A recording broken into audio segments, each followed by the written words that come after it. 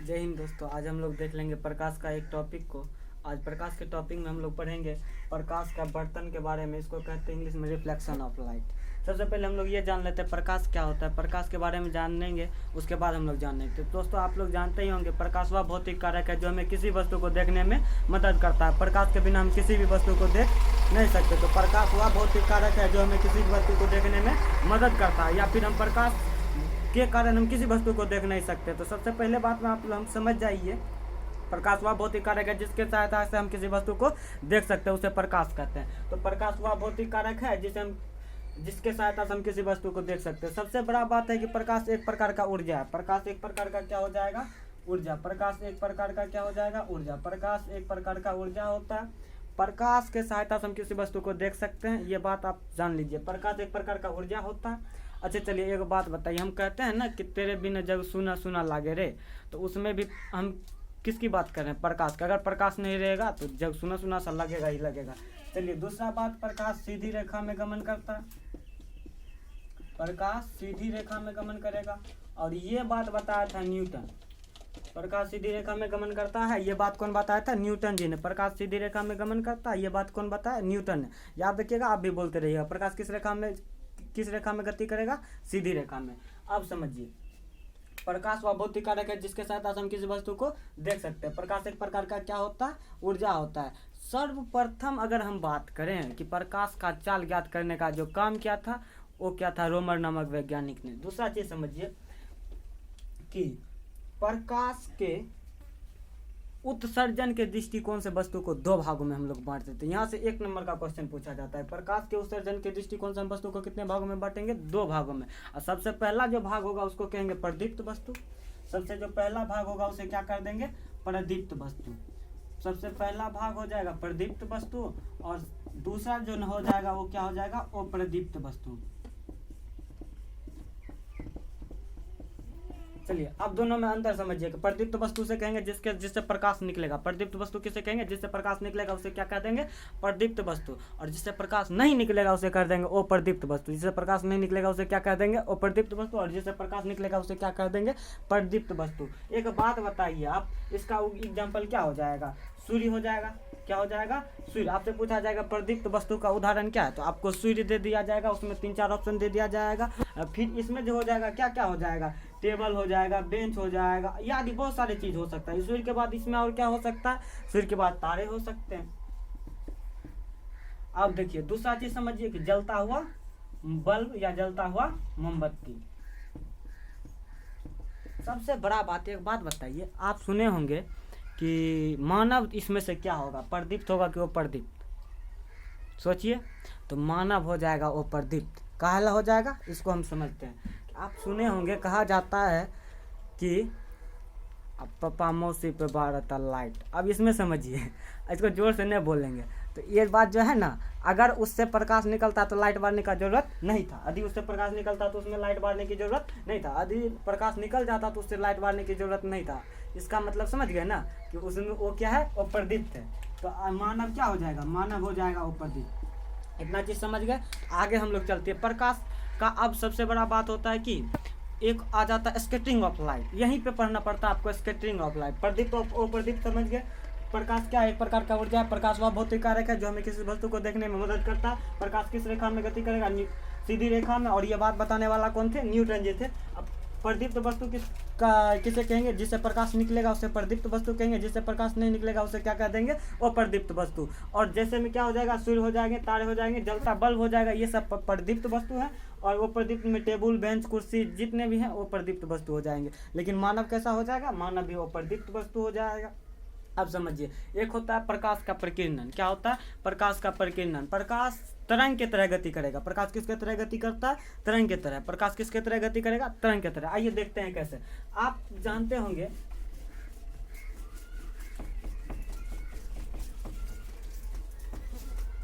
ये देखिए प्रकाश है, ये क्या है? प्रकाश। और यदि तरंग के तरह गति करेगा तो आपको पता है वायुमंडल में बहुत सारे कण रहते हैं, वायुमंडल में बहुत सारे क्या रहेंगे, धूल कण उड़ते रहते हैं। तो ये कण उससे टकराता है, ये प्रकाश जब आ रहा होता है तो ये कण से टकराता है, तो ये कण का क्या काम होता है, इस प्रकाश को बिखेर देता है, प्रकाश को क्या कर देगा, बिखेर देगा। तो प्रकाश कण से टकराकर बिखर जाता है, इसी को कहते हैं प्रकीर्णन। प्रकाश जब कण से टकराकर क्या हो जाएगा, बिखर जाएगा, तो ओकरे क्या कहेंगे, प्रकीर्णन कहेंगे।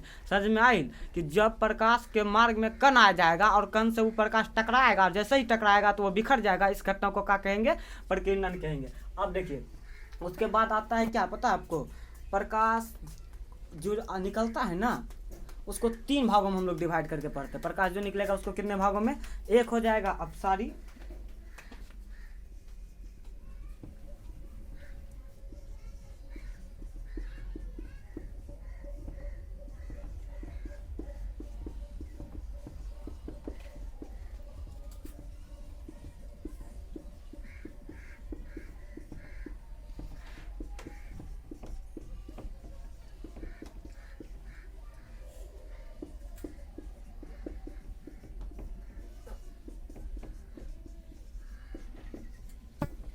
यहाँ से आपको 1 नंबर का क्वेश्चन पूछा जाएगा, यदि पूछा जाएगा तो यहाँ से कंफर्म नहीं पूछा जाता, लेकिन अगर पूछा जाए तो 1 नंबर का पूछा जाएगा। कैसे पूछा जाएगा वो समझिए कि प्रकाश जिस सरल रेखीय पथ पर गति करेगा उसे किरण कहेंगे। प्रकाश जिस सरल रेखीय पथ पर गति करेगा उसे क्या कहेंगे, किरण। अब इसका किरण कहने का रीजन है कि ये अब मतलब कोई वस्तु है उससे प्रकाश निकल रहा है, जिससे प्रकाश निकलेगा उसे क्या कहेंगे, हाँ याद रखिएगा, प्रदीप्त वस्तु। जिसका प्रकाश निकलेगा क्या कहेंगे, प्रदीप्त वस्तु। ये आपका एक वस्तु है जो प्रदीप्त है, इससे जब प्रकाश निकलेगा तो एक ही दिशा में आगे बढ़ रहा है ना, और जिसका एक भाग स्थिर और दूसरा भाग अस्थिर हो उसे कहते हैं किरण। तो प्रकाश एक प्रकार का क्या है, किरण। प्रकाश जिस सरल रेखीय पथ पर गति करता है उसे किरण कहते हैं, और प्रकाश के किरणों के समूह को, ग्रुप ऑफ रे, क्या कहलाता है, किरण पुंज। अब इस किरण पुंज को फिर से हम लोग 3 भागों में बांट देते हैं। अब जो पहला भाग होता है उसे कहते हैं अपसारी किरण पुंज। अपसारी किरण पुंज में एक बिंदु से निकल के फैल जाएगा उसे कह देंगे अपसारी किरण पुंज। एक बिंदु से निकल के क्या हो जाएगा, फैल जाएगा। अब देखिए ये कम देगा आपको 2 जगह, एक तो लेंस के जगह देगा कम, या फिर आपको देगा एक दर्पण के जगह कम देगा। कि उत्तल दर्पण को हम अभिसारी क्यों, अपसारी क्यों बोलते हैं, अवतल दर्पण को अपसारी दर्पण क्यों बोलते हैं। तो अपसारी में क्या हो जाएगा, एक बिंदु से निकल के क्या हो जाएगा, फैल जाएगा। एक बिंदु से निकला और फैल जाएगा तो उसे क्या कहेंगे, अब अपसारी। एक बिंदु से निकल के फैल जाएगा तो क्या कहेंगे, अपसारी। अभिसारी में देखिए एक बिंदु पे आके मिलेगा, सब प्रकाश आके क्या हो जाएगा, एक बिंदु पे मिल जाएगा तो क्या कहेंगे, अभिसारी। सब प्रकाश एक बिंदु पे आके मिल गया तो उसको क्या कहेंगे, अभिसारी। जब सभी किरण पुंज, जब सब किरण पुंज क्या होगा, एक दूसरे के समांतर होगा तो क्या कहेंगे, समांतर किरण पुंज। ठीक प्रकाश समझे। प्रकाश क्या, प्रकाश वह भौतिक कार्य है जो हमें किसी वस्तु को देखने में मदद करता है, अनुभूति प्रदान करता है। इसको इंग्लिश में, इस चैप्टर का नाम क्या है, प्रकाश का परावर्तन। इसको इंग्लिश में क्या कहते हैं, रिफ्लेक्शन ऑफ लाइट। अब देखिए, अब हम बोले कि प्रकाश एक प्रकार का क्या होता है, ऊर्जा होता है। प्रकाश किस रेखा में गति करता है, सीधी रेखा में। कौन बताया था, न्यूटन ने बताया था। प्रकाश में का जो चाल होता है वो कितना होता है, 3 × 10⁸ मीटर प्रति सेकेंड। प्रकाश का जो चाल होगा कितना होगा, 3 × 10⁸ मीटर प्रति सेकेंड। या फिर इसका ये जो है ना, ये इसको अनुमानित चाल है, लेकिन वास्तविक चाल होता है दोस्तों इतना होता है,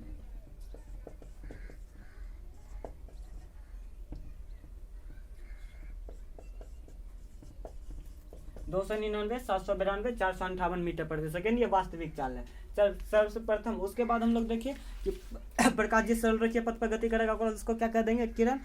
अब देखिए किरण के समूह को क्या कहते हैं, किरण पुंज कहते हैं। किरणों के समूह को क्या करेंगे, किरण पुंज। जिस प्रकार से आप बायोलॉजी में पढ़ेंगे, सेल के समूह को मतलब कोशिका के समूह को ऊतक कह देते हैं, अब ऊतक के समूह को क्या कहते हैं, अंग कहते हैं। तो उसी प्रकार से किरण के समूह को क्या कह देते हैं, किरण पुंज कहते हैं। इस किरण पुंज को 3 भागों में बांट के पढ़ते हैं। अपसारी किरण पुंज, एक बिंदु से निकल के फैल जाएगा, अपसारी। एक बिंदु पे ही आके मिल जाएगा तो उसको क्या कहेंगे, अभिसारी। अब मिलन अभी आधा अधूरा है तो उसको क्या कहेंगे, अभिसारी। और समांतर किरण पुंज में क्या हो जाएगा, सब एक साथ जा रहा है बाराती। अब वो कर, आप मतलब समझ गया। अब उधर से आएगा और समांतर रह जाएगा, जाते रहेगा, फिर जहाँ जाएगा एक जगह पे मिलता नहीं है। ये जो बात है, समांतर क्या होता है, मिलता नहीं। अच्छा एक बात बताइए, अगर प्रकाश नहीं रहेगा तो आप देख सकते हैं, नहीं देख सकते। तोरे बिना वीरान लागे गोरी रे। अब गोरी रे का मतलब समझ लीजिए ये प्रकाश है, प्रकाश वहाँ पे वीरान है। अब चलिए, अब जो है ना हम देख लेंगे कि एक चीज़ होता है जिसको कहते हैं कि यदि हम प्रकाश इस पार से उस पार जा रहा है, मतलब हस्तांतरण के आधार पे। प्रकाश को किसके आधार पे देखेंगे, अब हस्तांतरण के आधार पे प्रकाश को देखना है। अब हमें हस्तांतरण के आधार पे स्थानांतरण। प्रकाश के स्थानांतरण के आधार पर 3 भाग में, आपको भी पता होगा, ये क्लास 1 में ही चलता है। एक होता है पारदर्शी, ये क्या हो जाएगा, पारदर्शी। दूसरा क्या हो जाएगा, अपारदर्शी। और तीसरा क्या हो जाएगा, पारभासी, या क्या हो जाएगा, अर्धपारदर्शी। अर्धपारदर्शी सबसे मतलब पहला मतलब समझ, पारदर्शी जैसे प्रकाश आर पार हो जाएगा उसे क्या कर देंगे, पारदर्शी। जैसे कि हवा हो जाएगा, जल हो जाएगा और कांच हो जाएगा। कांच से भी अगर घिसा हुआ कांच हो जाएगा तब आप पारभासी हो जाएगा। सबसे पहला समझ लिए पारदर्शी क्या होगा, जिससे प्रकाश आर पार हो जाएगा उसे क्या कर देंगे, पारदर्शी कहेंगे। जिससे प्रकाश आर पार नहीं हो पाएगा उसे क्या कर देंगे, अपारदर्शी कहेंगे। और जिससे प्रकाश का कुछ अंश आर पार हो जाता है उसे क्या कहते हैं, पारभासी कहते हैं। समझ में आ गया कि जिससे प्रकाश आर पार हो जाएगा ओकरा पारदर्शी, जकरा से ना होई ओकरा क्या कहेंगे, अपारदर्शी। जकरा से आधा जाई आधा ना जाए ओकरा क्या कर देंगे, पारभासी कहेंगे या अर्धपारदर्शी कहेंगे। 3 चीज, एकरा में घिसा हुआ कांच हो जाता है, तेल लगा हुआ कागज हो जाता है। अपारदर्शी को जब आप देखिएगा तो अपारदर्शी में क्या हो जाता है, इसका एक सतह मतलब क्या रहेगा, पॉलिश क्या हुआ रहेगा। अब चलिए हम आपको दिखाएंगे कि अपारदर्शी का इसमें हमको यूज होगा। परावर्तन में किसका यूज होगा, अपारदर्शी सतह का। तो अब हम लोग बात करेंगे डायरेक्ट दर्पण का। किसका बात करेंगे, दर्पण का। आइए दर्पण के बारे में जान लेते हैं। देखिए दर्पण क्या होता है कि हमको अब क्या बोले, अब परावर्तन का नियम है। परावर्तन क्या होता है, परावर्तन के बारे में थोड़ा सा यदि हम लोग समझने का काम करें। परावर्तन का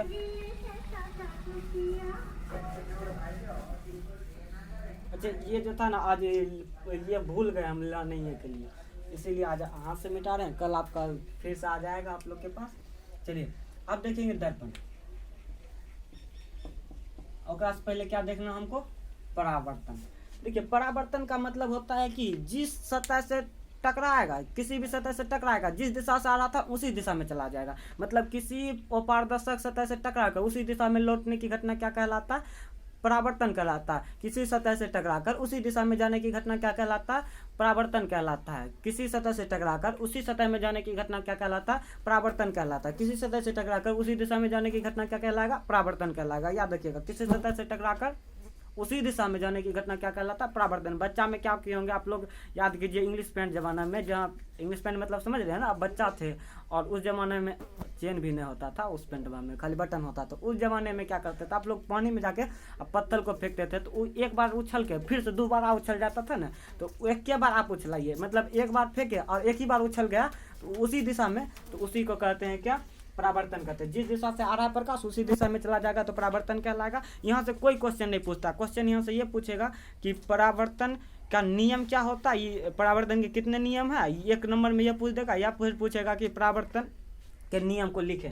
तो 2 क्वेश्चन यहाँ से पूछा जाएगा। यदि आप परावर्तन का नियम देखें, यदि आप क्या देखें, परावर्तन का नियम, तो सबसे पहले इसमें कितना अपारदर्शी सतह का बात होगा। इसमें कौन सा सतह का बात होगा, अपारदर्शी सतह का। और ये जो भाग होता है ये चिकना होता है। ये कैसा रहेगा, चिकना। अब मान लिया जाए कि यहाँ से प्रकाश आया इस सतह पे और यहाँ से चला गया। 2 काम, यहाँ से प्रकाश किसी सतह से टकरा कर जिस दिशा से आ रहा था उसी दिशा में चला गया। अब देखिए आप यहाँ से ये भाग यहाँ से आने का संकेत डाल दिए हम। चलिए यहाँ से क्या होता है, इससे ये जो बिंदु है, ये आने वाली किरण को आपतित किरण, जाने वाली किरण को क्या कहते हैं, परावर्तित किरण। इसको कहते हैं इंसिडेंट रे, इसको कहते हैं रिफ्लेक्शन रे, रिफ्लेक्टिव रे। अब चलिए इस पे जो ये बिंदु जो होता है इंसिडेंट पॉइंट होता है, इसी पे जब हम लोग एक लंब डाल देते हैं, नॉर्मल डालते हैं, तो इसको क्या कह देते हैं, अभिलंब कह देते हैं। आपतन बिंदु पे डाला गया लंब अभिलंब कहलाएगा। आने वाले किरण को क्या कहेंगे, आपतित किरण। आने वाली किरण क्या कहलाता है, आपतित किरण। आने वाले को क्या कहते हैं, अतिथि कहते हैं ना। आपके घर में मौसी आते हैं तो उसको अतिथि नहीं कर देते, या फिर कोई आता है तो उसको अतिथि कह देते हैं। जाने वाली किरण कौन सा हो जाएगा, परावर्तित किरण। परावर्तन के बाद जा रहा है तो इसे कहेंगे परावर्तित किरण, परावर्तित। चलिए आने वाले किरण को आपतित किरण, जाने वाले किरण को परावर्तित किरण। आपतन बिंदु पे डाला गया लंब क्या हो जाता है, अभिलंब हो जाता है। ये सतह है, ये क्या है, एक सतह है। और इसका ये एक भाग जो है वो पारदर्शी है, इधर प्रकाश नहीं आ पाएगा। वो पारदर्शी में जस्ट बढ़ता है कि जिससे प्रकाश आर पार नहीं हो पाता उसे कहते हैं पारदर्शी सतह। तो परावर्तन में हमेशा हम आपको बोले हैं कि पारदर्शी सतह का यूज होगा। ये बात आप कान खोल के सुन लीजिए, खुले रहता है, खुले दिक्कत हो जाएगा फिर। चलिए अब हम देखते हैं कि ये जो किरण है आया, तो यहाँ जो एंगल बना, हम आपको बताए होंगे कि या फिर आप जानते ही हैं कि दो रेखाओं के मिलने से जो कोण पैदा होता है उसी को कोण कहते हैं। यहाँ पे दो कोण बनता है। अब देखिए, आपतित किरण और अभिलंब के बीच जो कोण बनेगा उसको आई से सूचित करते हैं, इसे आपतन कोण कहते हैं। आपतित किरण और अभिलंब के बीच जो कोण बनेगा उसे क्या कहेंगे? आपतन कोण। इसे किससे सूचित करना है? आई से सूचित करना है। परावर्तित किरण और अभिलंब के बीच जो बनेगा उसे कहते हैं परावर्तन कोण, इसे आर से सूचित करते हैं। एक किरण, ये बात समझ में गया। अच्छा एक बात बताइए, ये आपतित किरण, परावर्तित किरण और अभिलंब ऊपर है कि नीचे है? ऊपर है कि नीचे है? ऊपर में है ना, एक ही तल में है। ऊपर है तो ऊपर है, नीचे रहता तो नीचे रहता। आप देखिएगा किताब में ये इसका पिक जो है ना नीचे से बना देता है, लेकिन आपको ऊपर से समझिए कि ये जो पहला नियम हो जाएगा ना, नियम को याद नहीं किया जाता। आप समझिए ये क्या हो जाएगा? आपतित किरण, कौन सा किरण? आपतित किरण। और दूसरा किरण क्या है? परावर्तित किरण। आपतित किरण और परावर्तित किरण, आपतित किरण और परावर्तित किरण। और आपतन बिंदु पर, और आपतन बिंदु पर डाला गया अभिलंब, आपतन बिंदु पे डाला गया अभिलंब, तीनों एक तल में होते हैं।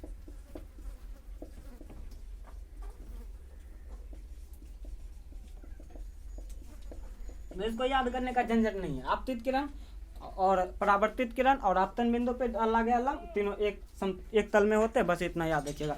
दूसरा क्या होता है, चला एक आई और आर बराबर होता है। एक आई और क्या होता है? आर बराबर होता है। चला समझो इसको, ये वाला बात नहीं समझेगा चल जाएगा बोरा में। फिर इसका दूसरा नियम कहता है कि आपतन कोण बराबर परावर्तन कोण, आपतन कोण बराबर परावर्तन कोण। आपतन कोण किसके बराबर होंगे? परावर्तन कोण के बराबर। आपतन कोण बराबर परावर्तन कोण।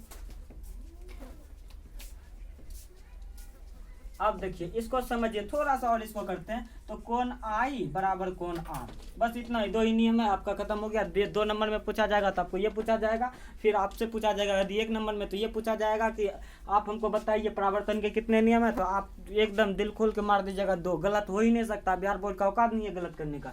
दूसरा बात, अगर आपसे पूछा जाएगा कि परावर्तन के नियम को लिखे तो परावर्तन के नियम क्या हो जाएंगे? 2 होते हैं। चला सबसे पहला नियम क्या होता है? चला आपतित किरण और परावर्तित किरण और आपतन बिंदु पे डाला गया अभिलंब, तीनों एक ही तल में होते हैं। दूसरा का है, चला आपतन कोण बराबर परावर्तन कोण होता है। बस इतना चीज आप कीजिएगा तो आपको 1 नंबर मिल जाएगा। आप देख 2 नंबर का पूछा जाता है, 2 नंबर मिल जाएगा।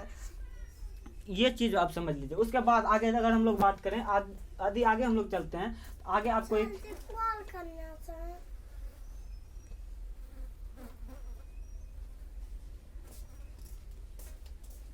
चलिए या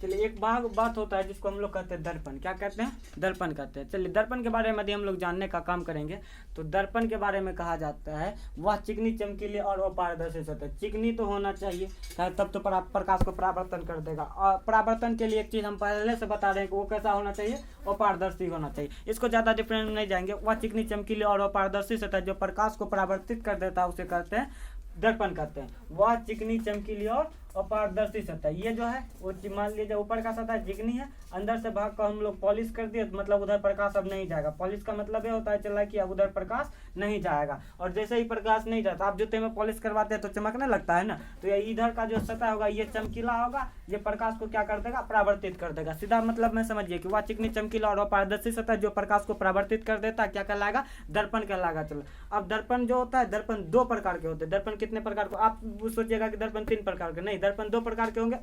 सबसे पहला जो दर्पण होगा उसे कहेंगे समतल दर्पण, इंग्लिश में कहते हैं प्लेन मिरर। पहला दर्पण क्या कहलाएगा? समतल दर्पण, जिसको इंग्लिश में क्या कहेंगे? प्लेन मिरर कहेंगे। अब समझिए प्लेन मिरर जो होता है ना, वो हमेशा वस्तु का काल्पनिक प्रतिबिंब बनाता है, जिसको हम लोग क्या कहेंगे? वो काल्पनिक प्रतिबिंब बनाता है, पार्श्विक रूप से उल्टा प्रतिबिंब बनाता है और वस्तु के बराबर प्रतिबिंब बनाता। आपसे ये क्वेश्चन इसमें से कुछ नहीं पूछा जाएगा। सबसे पहले क्वेश्चन पूछा जाएगा 2 कि अब समतल दर्पण कैसा प्रतिबिंब बनाता, तो 1 नंबर में मारिएगा काल्पनिक। अगर आपसे वहां पे वस्तु का आकार का बात किया जाए तो वो वस्तु के बराबर प्रतिबिंब बनाते हैं। सबसे पहला बात क्या हो जाएगा? वस्तु का कैसा प्रतिबिंब बनाता है समतल दर्पण? काल्पनिक। और कैसा प्रतिबिंब बनाएगा? बराबर। हमेशा वस्तु का बराबर प्रतिबिंब कौन सा दर्पण देगा आपको? समतल दर्पण देगा। चलिए उसके बाद अगर हम लोग बात करें गोलीय दर्पण, दर्पण 2 प्रकार के, एगो समतल तो एगो गोलीय। अब गोलीय दर्पण का फिर 2 प्रकार होता है, एक होता है उत्तल दर्पण और एक होता है अवतल दर्पण। यहाँ पे क्वेश्चन फिर फंसता है। एक होता है उत्तल दर्पण और एक क्या होता है अवतल दर्पण। अब उत्तल दर्पण गोलीय दर्पण का अगर हम चित्र बनाएं तो गोलीय दर्पण का अगर आप चित्र देखिएगा तो गोलीय दर्पण का चित्र देखिए आप, ये आपका एक पूरा का पूरा गोलीय दर्पण होता है इस टाइप से। अब देखिए इसमें जो होगा पॉलिश आधा अंदर कर देते हैं हम, आधा बाहर कर देते हैं। इसमें क्या करते हैं पॉलिश बाहर से कर देते हैं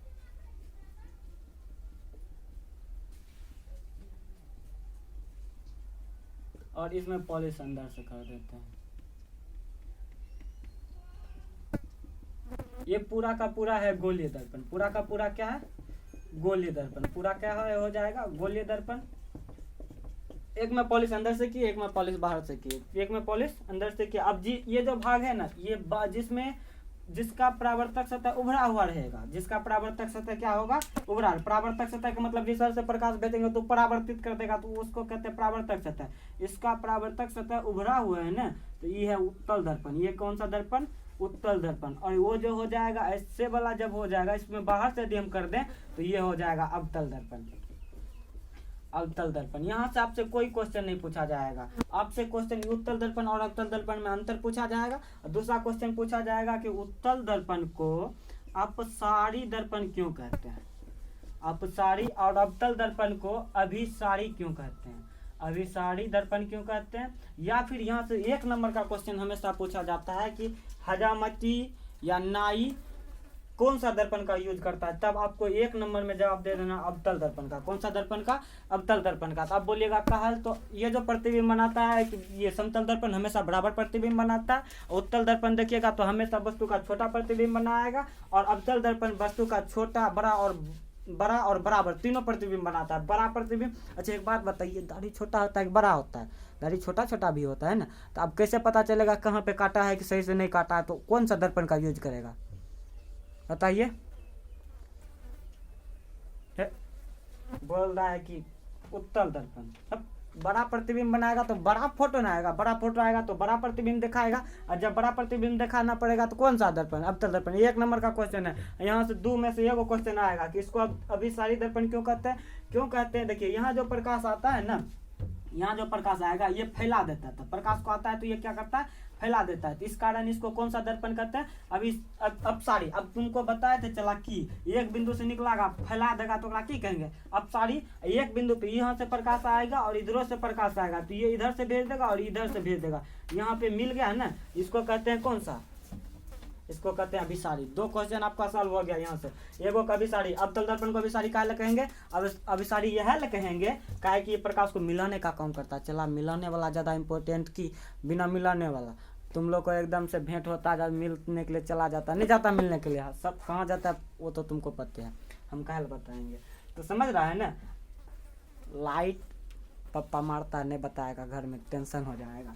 तो वो जो होता है कि मानव कौन सा होगा बताओ तो, तेरे बिना दुनिया सुनसान लागे गोरी रे, यही है। अब देखिए ये हो जाने वाली किरण को क्या कहेंगे, आपतित किरण, जाने वाली किरण को क्या कहेंगे परावर्तित किरण। प्रकाश क्या है, प्रकाश वह भौतिक कारक है जो हमें किसी वस्तु को देखने में मदद करता है, याद रहेगा ना। प्रकाश एक प्रकार का ऊर्जा है और प्रकाश के बारे में बताने का काम कौन क्या था, न्यूटन जी ने बताए थे। और प्रकाश किस रेखा में गति करेगा, सीधी रेखा में। ये कभी कभी पूछा आज तक नहीं गया, लेकिन बता देते हैं कि आप क्या कीजिएगा, एक जलती हुई मोमबत्ती को टेबल पर गाड़ दीजिएगा और देखने का कोशिश कीजिए सीधा पाइप से, दिखाई पड़ जाएगा। इससे पता चलता है कि प्रकाश सीधी रेखा में गति करती है। यदि आप क्या कीजिएगा कि एक टेबल लीजिएगा, उस पर जलती हुई मोमबत्ती को टेढ़ा पाइप से देखिएगा तो नहीं दिखाई पड़ेगा। इससे पता चलता है प्रकाश सीधी रेखा में गति करती है, और टेढ़ी रेखा में गति करता तो आपको नहीं पता, टेढ़को में दिखाई पड़ जाता, नहीं पड़ता, यह कारण है। अब देखिए प्रकाश को हम क्या देखें, उत्सर्जन के आधार पर 2 भागों में, प्रदीप्त वस्तु और अप्रदीप्त वस्तु। प्रदीप्त वस्तु जिससे प्रकाश उत्सर्जित होता है उसे प्रदीप्त वस्तु कहते हैं, जिससे प्रकाश उत्सर्जित नहीं होता उसे क्या कह देंगे, अप्रदीप्त वस्तु। अच्छा प्रदीप्त वस्तु का उदाहरण क्या हो जाएगा, सूर्य, तारे, जलती हुई मोमबत्ती, बल्ब हो जाएगा। और फिर अप्रदीप्त का क्या हो जाएगा, टेबल कुर्सी, बेंच इत्यादि, जिससे प्रकाश नहीं निकलता, वो सारा का सारा अप्रदीप्त वस्तु हो जाते हैं। प्रकाश के हस्तांतरण के आधार पर यदि हम देखें, पदार्थ के हस्तांतरण के आधार पर यदि हम देखें तो चला 3 प्रकार में उसको बांट दिए गए, पारदर्शी, अपारदर्शी और पारभासी। अब देखिएगा पारदर्शी जिससे प्रकाश आर पार हो जाता है उसे पारदर्शी कहते हैं, जिससे प्रकाश आर पार नहीं हो पाता उसे क्या कहेंगे, वो पारदर्शी कहेंगे। और जिससे प्रकाश का कुछ मात्रा, मतलब वो मेहमान है, छोटा खाने का मनो है ओकरा, वो आएगा कहेगा खाना खाइएगा तो कहिएगा नहीं खाएंगे, फिर कहिएगा खाएंगे नहीं खाएगा, ओकर बाद कहेगा कि दीजिएगा तो खा लेंगे, अरे वह वाला है वो क्या, वो वाला है। तो याद रखिएगा ये आपका स्थानांतरण के आधार पे हो जाता है। वहाँ से एक भी क्वेश्चन नहीं पूछा जाता है। तो कभी कभी पूछ लेता है कि गिलास कैसा है, तो आप बता दीजिएगा गिलास कैसा है, कि शीशे का गिलास है वो कैसा होता है, तो वो क्या होता है, पारदर्शी होता है, बस बात खत्म है। घिसा हुआ कांच कैसा होगा, वो क्या होगा, अर्धपारदर्शी होगा, वो पारभासी हो जाएगा। चलिए उसके बाद हम लोग देखें क्या, प्रकाश जिस माध्यम में आएगा उसी माध्यम में लौट जाएगा, तो उस घटना को क्या कहेंगे, परावर्तन कहेंगे, जिसको इंग्लिश में रिफ्लेक्शन कहते हैं। मतलब जिस घटना से आएगा उसी घटना, जिस माध्यम में आएगा उसी माध्यम से टकरा के उसी किसी और माध्यम में चला जाएगा। जिस माध्यम से आया था उसी माध्यम में टकराया, फिर उसी माध्यम में चला गया, तो उसको रिफ्लेक्शन कहेंगे। अब रिफ्लेक्शन का 2 नियम है। पहला नियम क्या है, आपतित किरण और परावर्तित किरण और आपतन बिंदु पे डाला गया अभिलंब, तीनों एक ही तल में होना चाहिए। अब क्या होता है कि आपतित किरण और अभिलंब के बीच बना कोण को आपतन कोण, परावर्तित किरण और अभिलंब के बीच बना कोण को परावर्तन कोण, ये दोनों आपस में बराबर होते हैं। इसको लिख सकते हैं कोण आई बराबर कोण आर। और ये जो होता है हमेशा किस सतह कैसा होना चाहिए, एक सतह क्या होना चाहिए, उसका अपारदर्शी होना चाहिए। दूसरा चीज अगर हम लोग समझे तो दर्पण के बारे में देखिए, वह चिकनी चमकीले और अपारदर्शी सतह जो प्रकाश को परावर्तित कर देता है उसे क्या कहते हैं, दर्पण कहते हैं। अब दर्पण को हम 2 भागों में बांट के पढ़े, एक समतल दर्पण और एक क्या होता है, गोलीय दर्पण। जिस दर्पण का परावर्तक सतह समतल होगा, जिस दर्पण का परावर्तक सतह कैसा होगा, समतल होगा, उसे क्या कौन सा दर्पण कह देंगे, समतल दर्पण। चाहे ऐसे हो सकता है या फिर आपका कैसे हो सकता है, ये हो सकता है। तो जिस दर्पण का परावर्तक सतह समतल होगा उसे कौन सा दर्पण कहेंगे, समतल दर्पण। जिस दर्पण का परावर्तक सतह गोल होगा उसे क्या कहेंगे, गोलीय दर्पण। फिर से गोलीय दर्पण के कितने भागों में बांट दिए, 2 भागों में। एक होता है उत्तल और एक होता है अवतल। उत्तल दर्पण क्या होता है, जिसका परावर्तक सतह उभरा हुआ रहेगा तो उसे उत्तल कह देंगे, जिसका परावर्तक सतह धंसा हुआ है उसको क्या कहेंगे, अवतल कहेंगे। अब यहाँ से क्वेश्चन ये नहीं पूछा जाएगा, क्वेश्चन ये पूछा जाएगा कि उत्तल दर्पण को अपसारी दर्पण क्यों कहते हैं और अवतल दर्पण को अभिसारी क्यों कहते हैं। इसको अपसारी इसलिए कहते हैं क्योंकि यह प्रकाश को बिखेरता है, और जो बिखेर देता है, एक बिंदु से निकला हुआ प्रकाश को बिखेर देता है, उसको अपसारी कहते हैं। किरण पुंज में हम आपको अच्छा समझा दिए थे। प्रकाश जिस सरल रेखीय पथ पर गति करेगा उसे किरण कहेंगे। किरण का मतलब ये होता है इसका एक भाग स्थिर और दूसरा भाग गतिशील होता है।